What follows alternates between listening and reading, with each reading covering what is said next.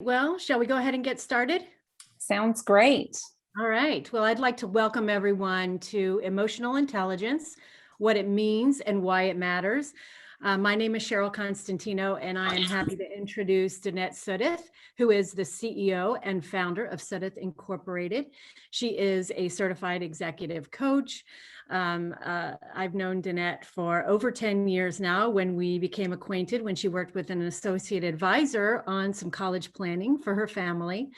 And she's been in financial services for, over 20 years, but most recently been a certified executive coach. You may know Denette because she is quite active in the community, and she is a board member of United Way and a past chair, and very involved in Southern Nevada. So she's got a lot to cover today that's going to be very timely for us. So I'm going to go ahead and turn it over to Denette. Thank you so much, Cheryl. I'm going to share my screen. And if I do this without any delay or issues, it's because I've been practicing it repeatedly with Aubrey and Carrie and everybody. So hopefully you're all seeing my screen. If not, kind of give me a shout out. I want to give a huge thank you to United Way of Southern Nevada. As Cheryl mentioned, I'm on the board of directors, and a big thanks to my fellow board members who are joining us here today. Also Women United and Cheryl Constantino with their engagement committee. This is a very important opportunity for me to share this information with you. So I want to say thank you to everyone here, a huge heartfelt thank you for taking time and spending your lunch hour with us today to learn more about emotional intelligence. So we're going to get right at it. Aubrey is going to help me moderate the chat box. That's our biggest opportunity for engagement today. And it's really important. You'll get the most out of this if you participate, as will everybody else. So there will be many opportunities. I'm going to ask you to use the chat box and participate. I really appreciate that. We'll collect questions and comments also. Feel free to stay on mute if you don't have a question, just to keep the background noise down for the recording. But if you do have a question, come off mute and ask away. I'm happy to answer any questions that you have. There will be a recording available afterward.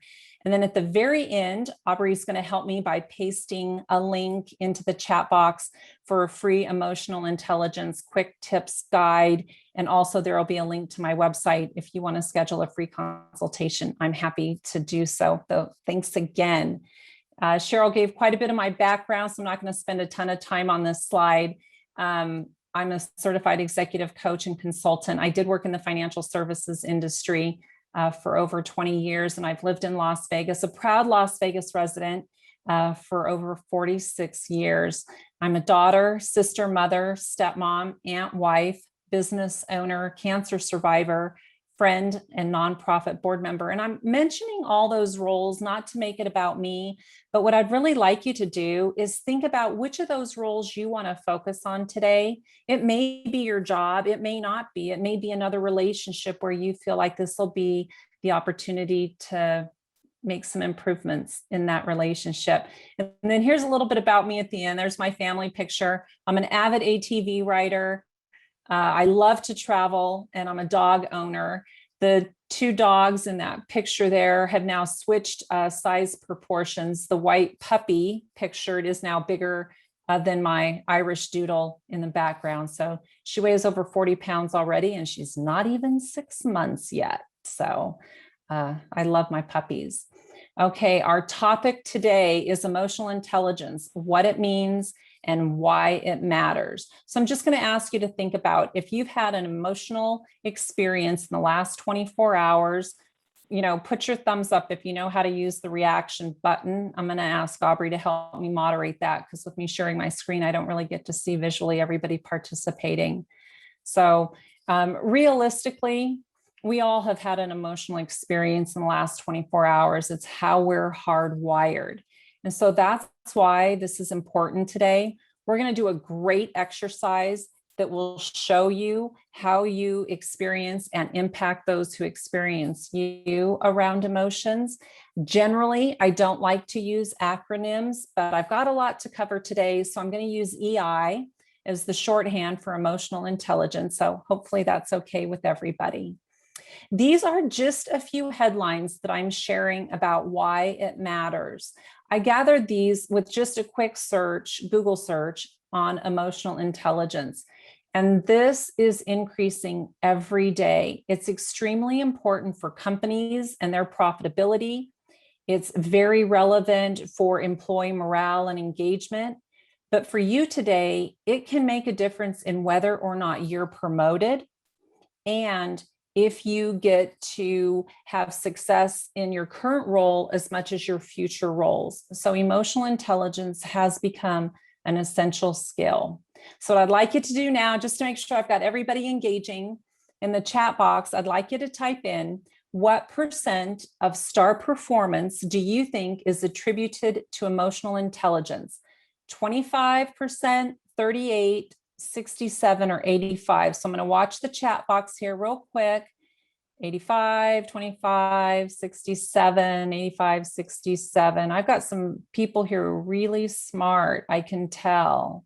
Lots of 67s and 85s. Great. Actually, based on research, emotional intelligence is responsible for more than 85% of star performance in top leaders. Why is that true? Simply put, emotional intelligence allows us to respond, and that's a very important word, excuse me, it allows us to respond at the best time, to the best degree, and in the best way in order to have the best outcome. So I'm going to say that again, because if you don't remember anything else from the presentation today, this is the one thing that I would really like you to focus on and remember. Emotional intelligence is really about how we respond. And when we use emotional intelligence skills well, they help us respond at the best time, to the best degree, and in the best way so that we have the best possible outcome. And I just want to add one more piece of data for those of you who need statistics. I'm going to share this Capgemini Research Institute statistic that says the demand for emotional intelligence skills will rise 6 times in the next 3 to 5 years. So really, you're here today and you're getting ahead of the curve. So congratulations. And we were discussing before the presentation started that it is highest in the service industries such as insurance and banking, but it is across the board. There is an increased demand in all professions. Now, this isn't just about our work life. Emotional intelligence is really important for our well-being in our whole life. It impacts the quality of our relationships, our well-being. It helps us be a better partner, parent, sibling, and friend. And as I mentioned earlier, I'm certified through the GENOS International Curriculum. And at GENOS, we say that it is game-changing for business and life-changing for people. And hopefully by the end of the presentation, you'll see how that pertains. So we're going to get started. This is the working part of our presentation today. We're going to go through your own EI experience. You're going to need a blank sheet of paper and a pencil to write on. We're going to go through some questions. I'm going to ask you 6 questions. You're going to rate them on a 1 to 5 scale, and I'll show you that. Then you're going to have a 10-point question, and then a couple of questions where you're going to pick your own words. I call this the best and worst. And so the first thing I want you to do is to think about your best boss ever. You won't have to tell me their name. You're just going to write it down on your piece of paper for your own benefit. So think about your best boss ever and write their name down on your paper. Here's our rating scale. 1 is the worst and 5 is the best. So 1 would be that this is significantly less than others and how they demonstrate the behaviors that we're going to refer to. 2 would be less than others. 3 is middle of the road, about typical. 4 will be more than others, and 5 is significantly more than others. So just real quick, 1 is the worst, 5 is the best, 3 is middle of the road. This is your best boss ever. So thinking about that person, the first question is, how well do they demonstrate awareness of their mood and emotions? So you'll write down, you could list on your paper 1 to 6. I used A because on the slide, I don't want to be too confusing. The second question is make others feel appreciated. So when you think about your best boss ever, on the scale of 1 to 5, how good were they at making others feel appreciated? And the next question is, how were they at being open and honest about mistakes? 1 to 5, open and honest about mistakes. Question D, or your fourth question, is on a scale of 1 to 5, how well did they make ethical decisions? How ethical were they in their decisions? And then the fifth question is, how well did they manage their emotions effectively in difficult situations? How well did they manage their own emotions? And then the last question is, how good were they at recognizing others' hard work and achievements? On a scale of 1 to 5, did they do a good job of recognizing others? So you have a score. Write that down. Now, this slide here, my question, I'm going to make sure you know, this is not about your work ethic or your work product. My question for you is about your motivation. The phone rings, you're thinking about your best boss ever. How motivated are you to work with this person? So this is your 10-point question. On a scale of 1 to 10, how motivated were you? And now you have a grand total, anywhere from 0 to 40, right? Doing my math correctly. So in the chat, super important, if you will, please, because I want everybody to engage. What is your total score?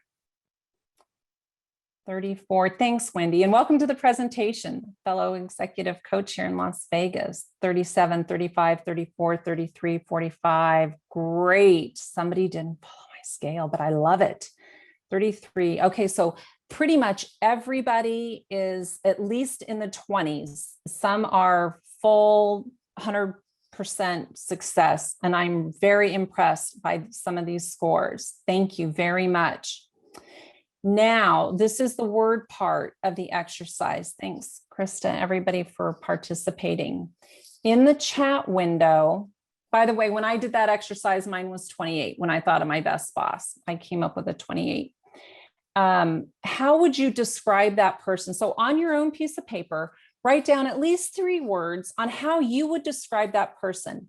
But what I'm going to ask you to do is put at least 1 word in the chat about how you would describe that best boss ever. When you're describing them, how do you describe that person? So I'm going to put trustworthy in there because that was a big one for me. And it's a big issue for me when they're not. So that's my word. I'm going to put in trustworthy. But if you pick a few words on how you would describe that person: inclusive, involved, empowering, humble, great, open, engaging and exciting, thank you, thoughtful, real, empower others, collaborative. We see empower, trusted, supportive, and open, celebrate successes, genuine. We see a lot of common themes, which I'm really glad, because that's usually what happens. And they will come back again, full circle here. Kind, ethical, employees' best interest at heart. Honestly, that's what it boils down to, right? They're thinking about us. So the next set of words that I want you to think about real quick, when you think about this person, how did they make you feel? So write down on your piece of paper, 3 words on how they made you feel, but in the chat, put at least 1 word on how they made you feel. Valued, great. Included, valued, empowered. Don't you feel warm and fuzzy, like you're sitting up in your chair, you're just having, hopefully a smile thinking about this person? Powerful, creative. Krista, went too fast. I couldn't read it, but I'll get back to it, I promise. Inspired, capable, respected, validated. These are awesome words to think about. So Krista says she sent a message to an awesome boss after participating in a DE&I workshop, a phenomenal leader. Servant leadership, which is so important, inclusiveness and awareness of others, among other awesome traits. Thanks for sharing that, Krista. I appreciate it.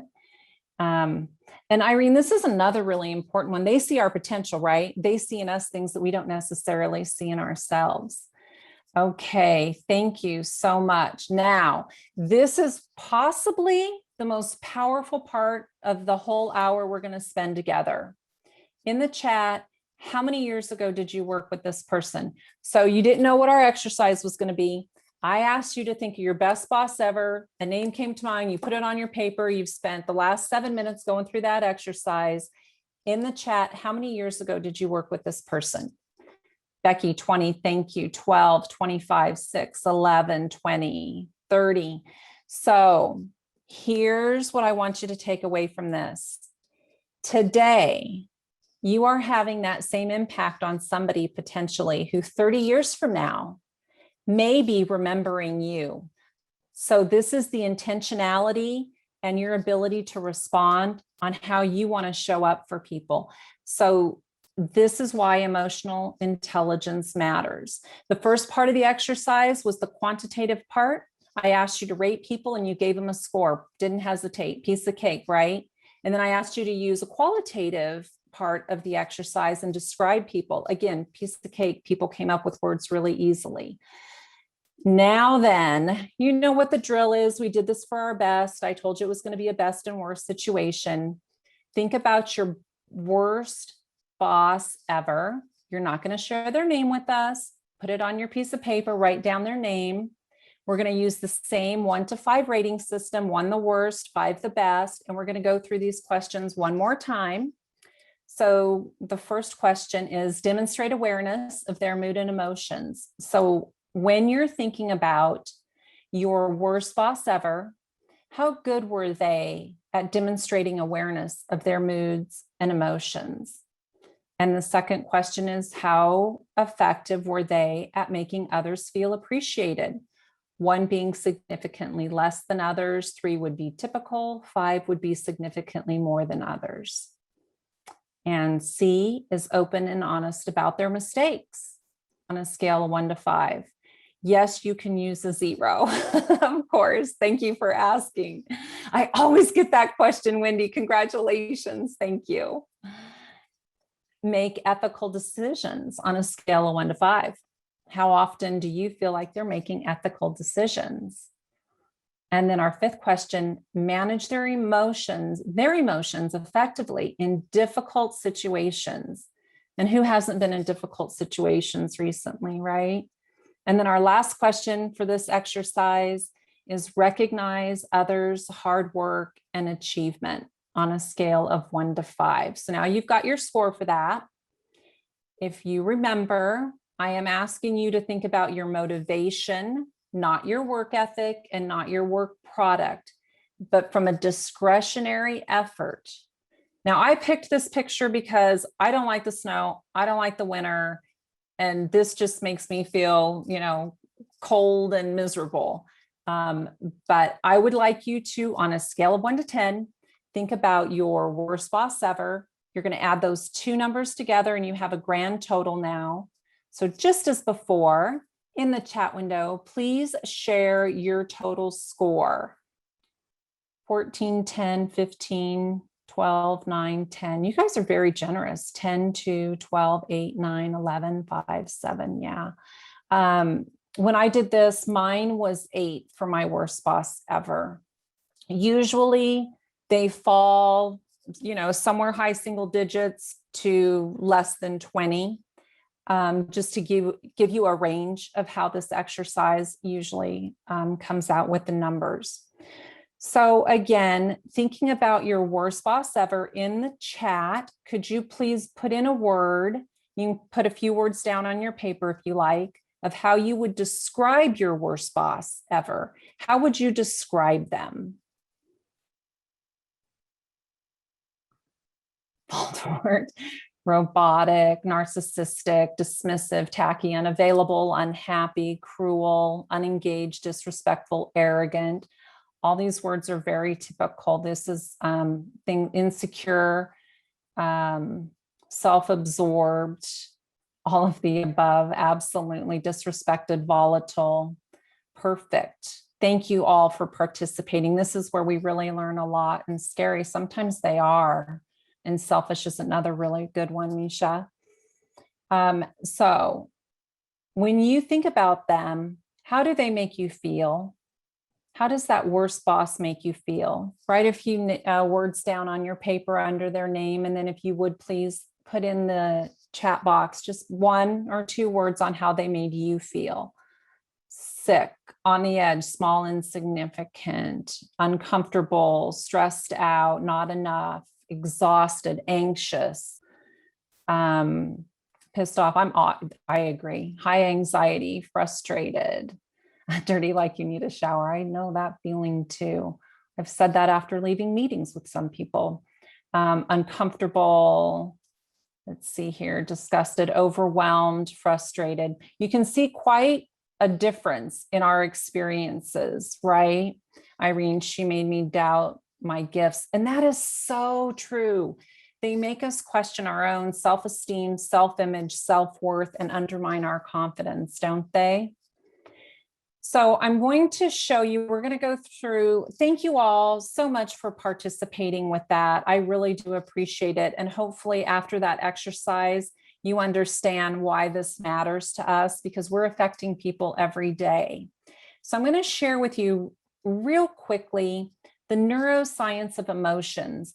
Now, this is what happens in our brains and why it's so important. We have this biology as human beings. We've inherited it from our very early ancestors. Every single day, on average, the typical person will experience 50 to 60,000 events. Those are triggers, stimulus, thoughts that we have. And those go straight into our emotional brain, as you see here on the picture. And then in a split second, literally a nanosecond, that emotional brain, our amygdala, tags that stimulus with an emotion. And it goes into either a reward or a threat. So when we're in a threat or a danger experience, we feel nervous, anxious, afraid, unsupported, these undervalued. These words should all resonate because they're the ones we just put in the chat, right? Threatened, exhausted. And then the opposite is true when we have a stimulus. Oh, I'm sorry, I got 2 more clicks here.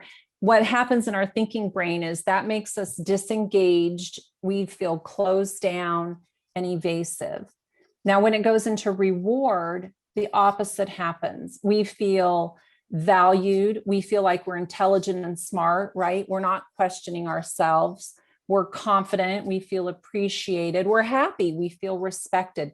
These are all those same words that we had in the chat when we thought about our best boss. Those reward circuitries in our brain, when it passes into the thinking brain, it makes us feel engaged and connected and open. And believe it or not, this is true because of the hormones that are being released by our brain. When we are in that reward circuitry and we're having those pleasant emotions, we are more open and therefore smarter, because when the opposite is true, the hormones that are being released makes us more closed-minded and we can't think. I know I've had situations where I've said, I'm so mad I see red. Hopefully none of you have had that recently, but if you have, you know what I'm talking about. So how those emotions get tagged by our thinking brain helps us respond. We either respond in, positive or negative ways, and it affects our decisions, our behavior, and how we engage with people. And so that's the part that I really want you to make sure when you're thinking about this. I always suggest to take a breath. If you feel like you need to respond immediately or react immediately, somebody's upset you, hurt your feelings, made you mad, the best resource you have is a deep breath and a long pause. And that'll help you shorten your reaction. And in that 6-second window where it's going from your amygdala into your prefrontal cortex, you can choose how you're going to respond and react. That's your opportunity to make a choice. And the longer you pause and disconnect that hormone that's going on in your brain, the better opportunity you have for positive outcomes. So as I mentioned, through GenOS International, we believe that there are 6 core emotional intelligence competencies. Now I run seminars, webinars, trainings where each of these competencies is its own whole session. There's also a complementary set of competencies that are for individual contributors, but I'm assuming everybody here today is a leader in one regard. And so I've chosen to use the leadership competencies. The first competency is self-awareness. And so on the right-hand side, you see a productive state, and on the left-hand side is the unproductive state. I want to make sure and let you know, everybody, we all come up and down this scale. No one is ever 100% competent 100% of the time. We don't have that ability to stay in a productive state all of the time because our brains actually have more negative pathways than they do positive pathways for our own survival. That's just the brain circuitry we inherited. So we have to be very deliberate and conscious about how we're responding and be intentional. And when we do that, you'll see in this productive state that we show up more present, right? So if you're in a meeting and somebody's on their phone, they're not paying attention, they're not following the slides, which I'm sure you're all paying attention right now. They feel more present, right? Or they're disconnected, the phone rings and they go answer it. My worst boss ever, it didn't matter who was in the room, what meeting we were having, he kept his phone on all the time and he would answer it in the middle of our meetings. And he felt disconnected to me. So the next competency is awareness of others. And this is really important right now. I mean, it always is, but especially right now where we have empathy. We show up for others more empathetic. We can relate to them. They know we care about them. How many of you used respectful in the way that you described your boss or you felt respected? That's in a productive state. The opposite of that is insensitive. And that's where we feel like they don't care about us, right? That's how they show up to us. And then the third one is authenticity. And when we have that and we're demonstrating that, people perceive us as genuine.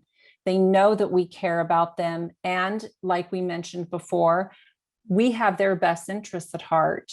If we're not showing up with authenticity, we appear untrustworthy. And that's one of my biggest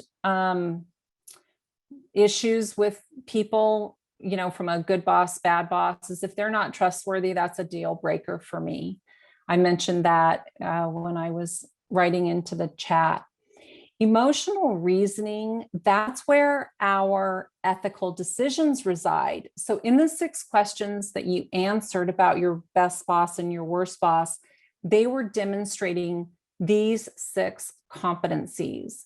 So when we're being productive, we're thinking of ways to solve problems. How can we come up with ideas to deal with challenges?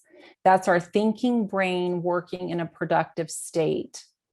When it isn't, we have a scarcity mindset and we approach things from a more limited point of view.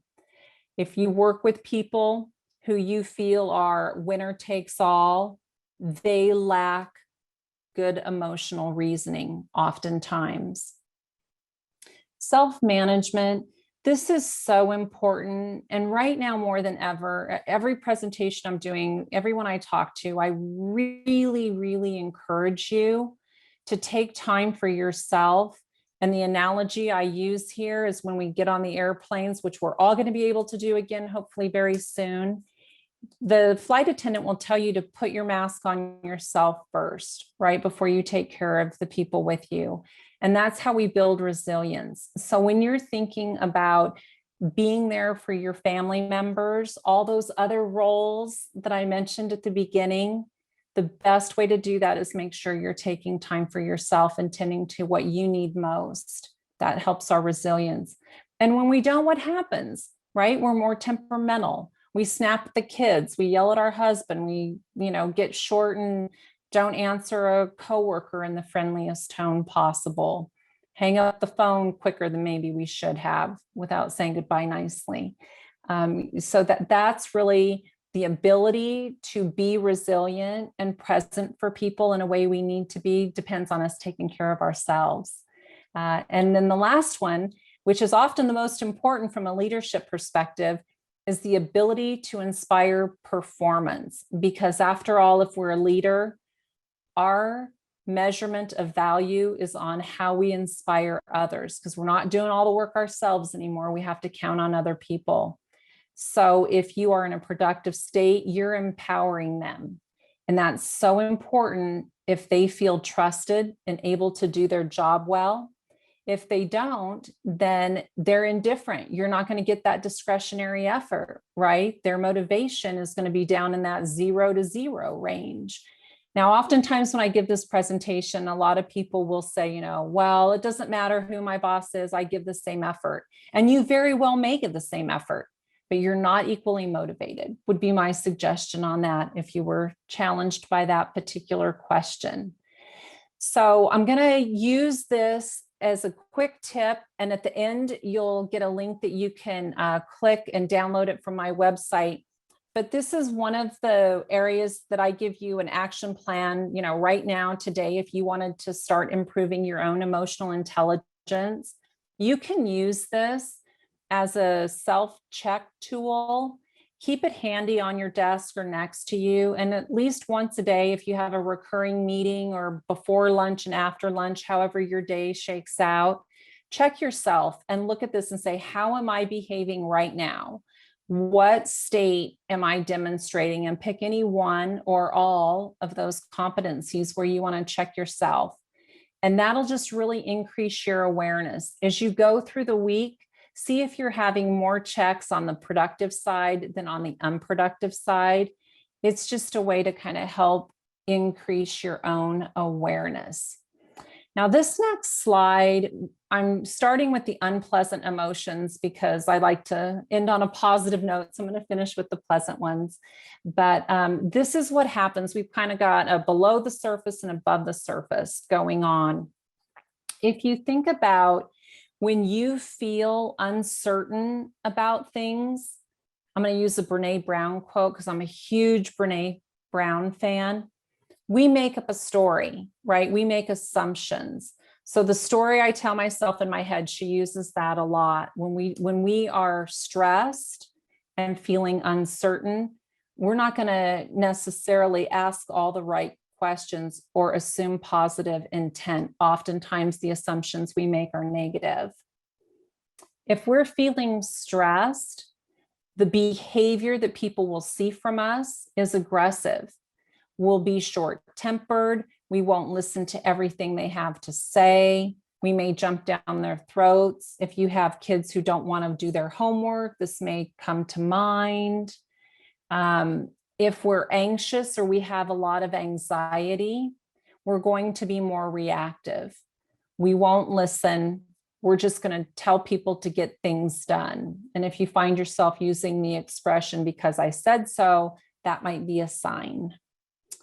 And then worried. This one is so detrimental to our health anyway. But if we feel worried, the way that we show up for other people in our meetings or in our families is we're focused on the problem. We're only talking about what's going wrong and not what's going right because of the stress and the worry that we're experiencing. This last one, I'm going to spend just an extra minute on it. In an environment in the office where people are fearful, the behavior that you will see is they will blame people. They'll blame the company, they'll blame the customers, they'll blame each other, they'll blame a different department. They're not going to take responsibility for any outcomes, not even if it is on them. And that is a sign that they are experiencing fear. Hopefully some of this resonates with you. This is the longer part where I don't get to interact as much. So I like it when I get the feedback. So I promised the pleasant emotions. When we have purpose and we feel like what we're doing has meaning, then we engage with each other. We're much more likely to ask for somebody's feedback, get their 2 cents on something. And that's what's so important when you're trying to have an innovative culture, a solutions-oriented culture with your teams. That purpose is critical. When we feel valued, and this was a word that came up in the chat a lot for our best boss, we will care for others. If we feel like we're cared for, then we're much more likely to care for the people on our team and demonstrate that. Because let's be honest, at times we really do care for people, but maybe they don't see it because of the behavior that we're exhibiting. This one is super critical as a leader to keep in mind. When we inform our team and when we share information, they are much more likely to see us as solution focused, and they will behave in a solution focused way also. You're much more likely to get answers and good answers when people have information. The last one on here, which is the most important and my favorite, is empowered. Because as leaders, especially if you're a leader who's been promoted up through the ranks, it's really easy to hold on to things that you've done well instead of passing those on to people who you should be training or sharing the load with. When you do that well, when you empower others, they will innovate. And when you feel empowered, you will innovate. But oftentimes you have to let go of things in order to get new things. You've got to take stuff off your plate so that people feel like you've got the capacity to learn new things. So my tip here is if you want to get promoted, the best thing you can do is find a way to create space that your boss can give you new jobs, new responsibilities, a new special project. Okay, we're almost done. We're coming to the end. I wanted to wrap up at about 1:15 because I really want to allow time for questions at the end. Now, I want to always give people things they can walk away from this meeting, this presentation, to their next meeting, something that they could do immediately to increase their own emotional intelligence. I picked this picture because, first of all, as I mentioned at the beginning, I'm an avid 4-wheel rider. But if you think of it in terms of an analogy, if you're going down a road that you know you've been on a million times, it's super smooth and you can see for miles, you're not thinking, you're just kind of cruising along on autopilot. But if you want to go off-road or take a road you're not familiar with, one that's maybe more rough, not as well seen, you have to be very intentional. You're holding on to the handlebars the whole time. You're paying attention to where the brake's at. That's what I want you to think about today from these next tips on how you can increase your own emotional intelligence. The first thing that I'm going to suggest that you do is stop thinking as a leader that you always have to have all the answers. Oftentimes we feel like somebody asks us a question that we have to produce an answer. And oftentimes the best answer is to ask a question. So if you ask open-ended questions, they're especially beneficial versus yes or no questions. And if you ask them in a way that you're making sure the person who you're posing the question to knows you care, then they're going to volunteer information that you otherwise wouldn't have had. And the important thing is to listen. Once you ask the question, you can't think about what you're going to say next. You have to really listen to what they're providing you. And this is the intentionality that you can use to really increase your emotional intelligence. The next thing that I'm going to suggest you do is back to the pause. Remember, I said stop and think, take a pause and a deep breath. Is there somebody else you should be involving? Who else could you include in your decision-making process? Don't carry the burden on your shoulders solely. Involve others in the decision-making process. And again, listen to what they have to say. Not that everybody has to always get their way, but if you at least listen, you're going to come to a much better place at the end. The last thing I have here is to give others useful feedback. And so I'm going to end kind of where I began. What do I mean by useful feedback when I say give others useful feedback? Useful feedback is providing somebody the right information at the right time to the right degree so that it benefits them. If you're giving somebody feedback because they've made you mad or you're upset with them or their performance is substandard, if it's not going to benefit them in a positive way, then it may not be useful feedback. So the criteria that I've suggested to a response versus a reaction is really thinking about, is this the best time?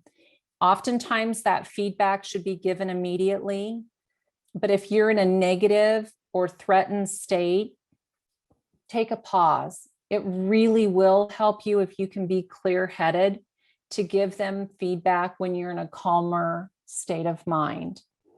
Oftentimes the degree to which we're providing that feedback may not be appropriate. If we're using things like, you always do this, you never do that, those are not useful feedback terms. You want to be very specific and constructive in a way that they can use that going forward. So to the right degree, at the right time, and in the right way. Don't give somebody criticism in a room full of other people if you want them to accept it. Because if you remember very early on in my slides, we had that neuroscience. And if they feel threatened, nothing you say is going to be received positively because they're trying to protect themselves and they will appear more defensive and will be more defensive. So that's kind of 3 quick tips that I use just to give you something to think about. I'm going to wrap up with a quote that I love to use because it really emphasizes, if you remember back, some of us went back even 30 years to pick our best boss. This is from Maya Angelou. I have learned that people will forget what you said, people will forget what you did, but people will never forget how you made them feel. And so every day, remember, people are experiencing 50 to 60,000 triggers, stimulus events, thoughts that are getting emotions attached to them. And how many of those are you responsible for creating pleasant ones? And now I am going to pause for questions. And I really want to be able to see who I'm talking to. So I'm going to stop sharing for just a minute. And then I'll go back at the end and I'll share again with my contact information. So I just want to make sure I can see people and then if you have any questions and you don't want to come off mute, please feel free to go ahead and type them into the chat box too. We can use that, but I'm going to ask you to come off mute and ask me any questions that you have at this point. I'm going to take a drink.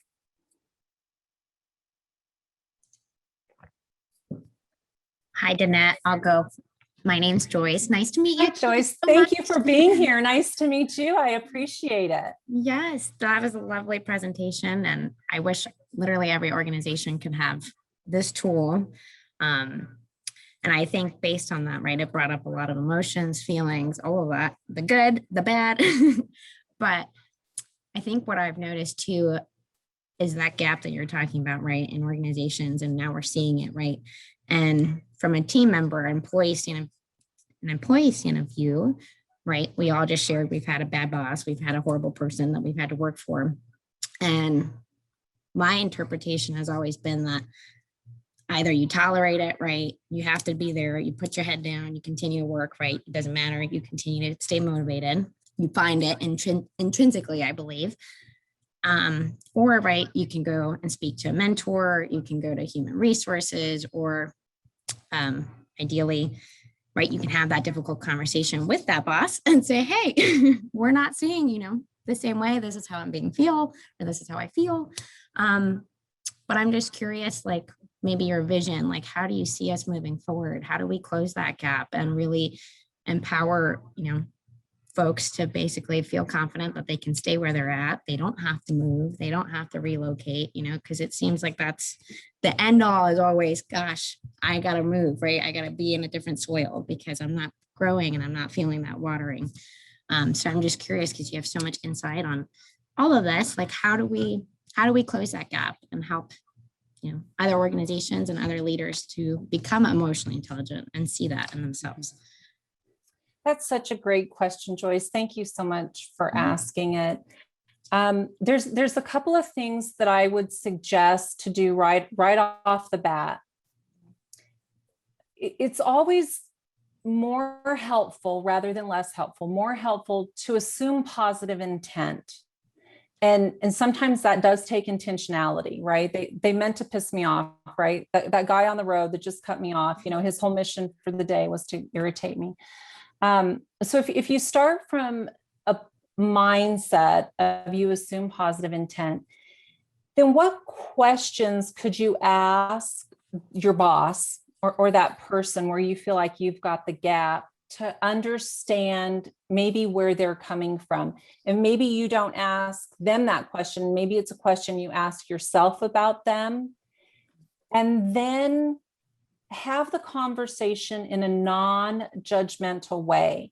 And this is a degree of difficulty, right? Some things are way easier than others. But if we get at that easier stuff sooner, then we don't build up that reservoir of negativity where we just know that, they're trying to hurt us or make us mad. So I would always encourage you, when possible, to go back and ask that person, hey, when you said this, what did you mean by that? Or what were you thinking? What did you think I needed to know when you said that? Because based on how they answer, then you give your feelings. And if you address it in a way that you're saying, thank you for sharing that. I really didn't know that. How I felt was, as opposed to you made me feel, right? They can't argue with how you feel. They can argue with what they did. And they'll tell you, I didn't intend to do that. I'm sorry, whatever. But if all you do is I just want to let you know how I took that. This is how it landed with me. Then maybe next time, if their behavior doesn't change, because as I described in that last slide, it's really hard to change behavior, right? Yes.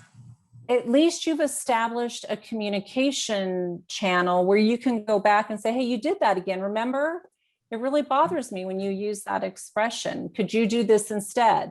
Could we talk before the meeting so that you're not, I don't get surprised. If you're somebody who hates surprises, you don't like to think on your feet, could you just tell your boss, could you just give me a heads up so that I can feel prepared? Tell them what you do need, what you do want, and try to drive that behavior in a positive way to what you want to accomplish. I'm going to say all that, Joyce, because I do believe 90% of the people kind of fall in that bucket. Yep. And I don't know, I'm making these percentages up on my own life experience. No statistical survey. 10% of people just suck. And I'm sorry, that's true. It just is. There's a book out there called The No Asshole Rule. Forgive my language, this is being recorded. But if you're in that super toxic environment where it really is something that you can't change with improved communication, I would think about making a change, because life's too short.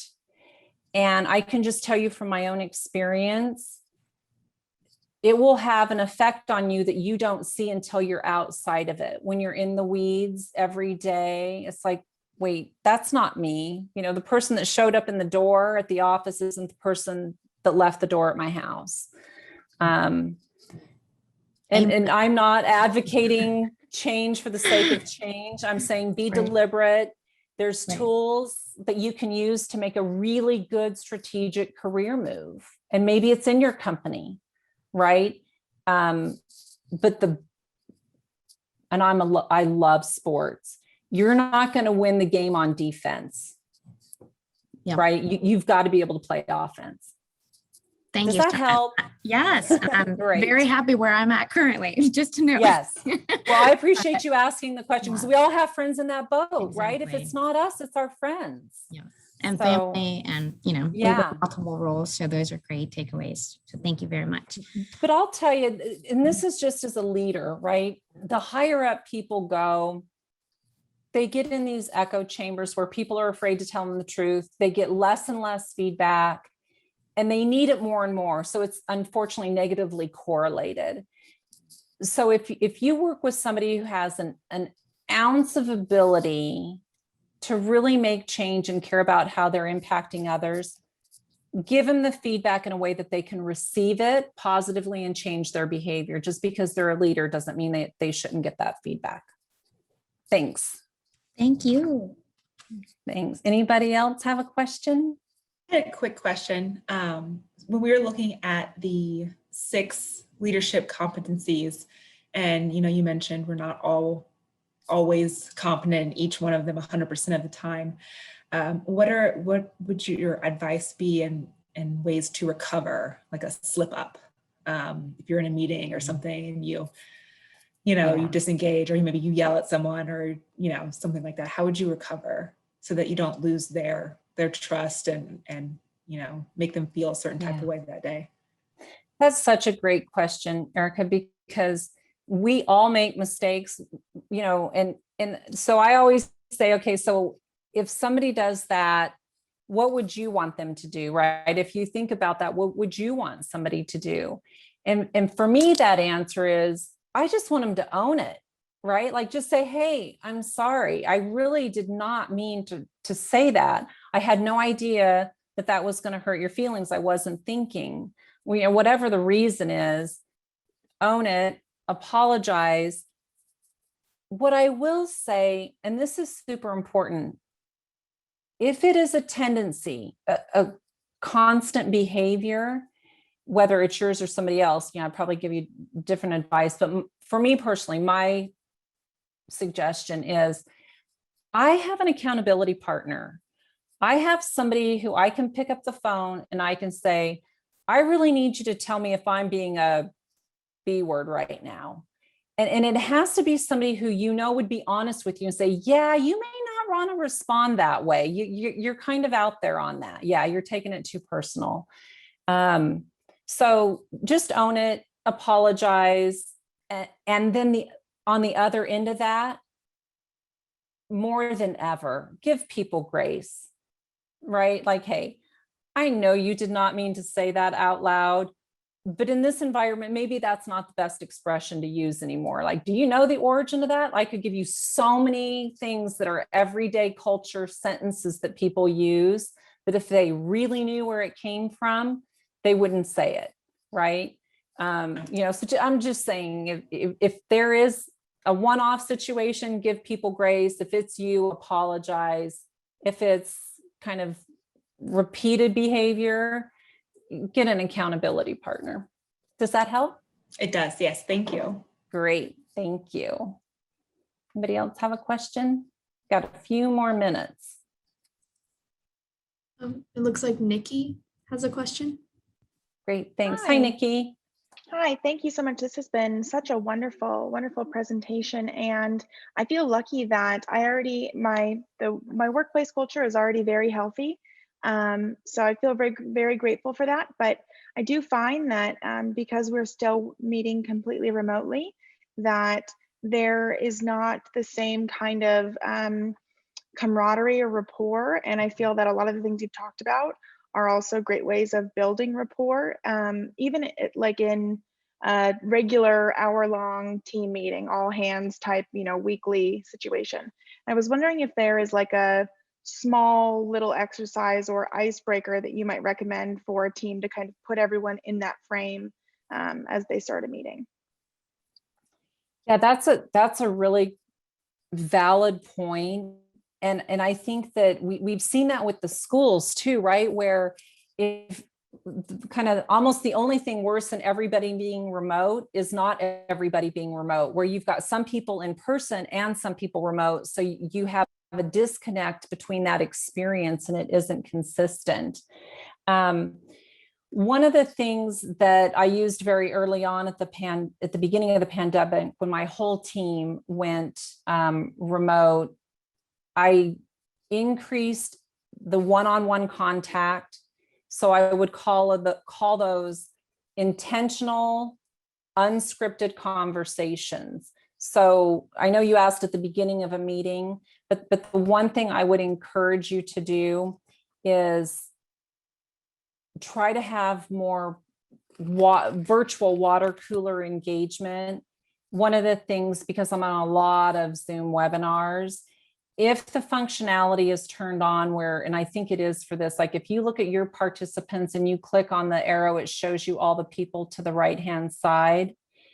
If there's somebody there in your meetings and that functionality is turned on, say, hey, haven't seen you, how you doing, right? Like have some of those one-on-one chats at the beginning of the meeting, dial in early, reach out to some of those other participants. Like we opened this meeting up early, so we could just kind of chit chat, allow that 5 minutes.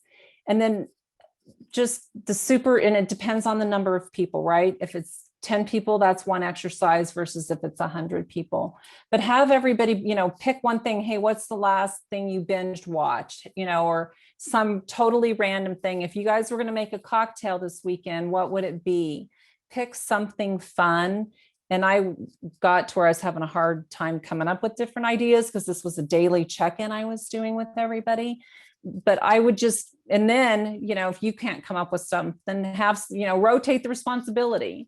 I'm going to call on somebody. You've got to come up with the question of the day. When my daughter was little, she's a 25-year-old now, but when she was little, we'd have a word of the day. And so we'd pick some totally random word out of the dictionary and we had to try to use it in a sentence as much as we could. That's just something like that where you can get some commonality, what's everybody's pet's names? What's your favorite pet? Things, just crazy stuff to get people to open up and get to know them better because you don't have that incidental contact as much. Is that helpful? Yeah, very much so. Thank you. Okay, good. And I'll tell you, honestly, the more work you put into that personally with people who you would have otherwise engaged with informally, it will benefit you in that relationship building because those relationships are no less important. So I would encourage you to take that on. Great, thank you. Thank you. All right, one more question if we have it. If not, I'm going to share my contact information. Okay, thank you all for your questions and your participation.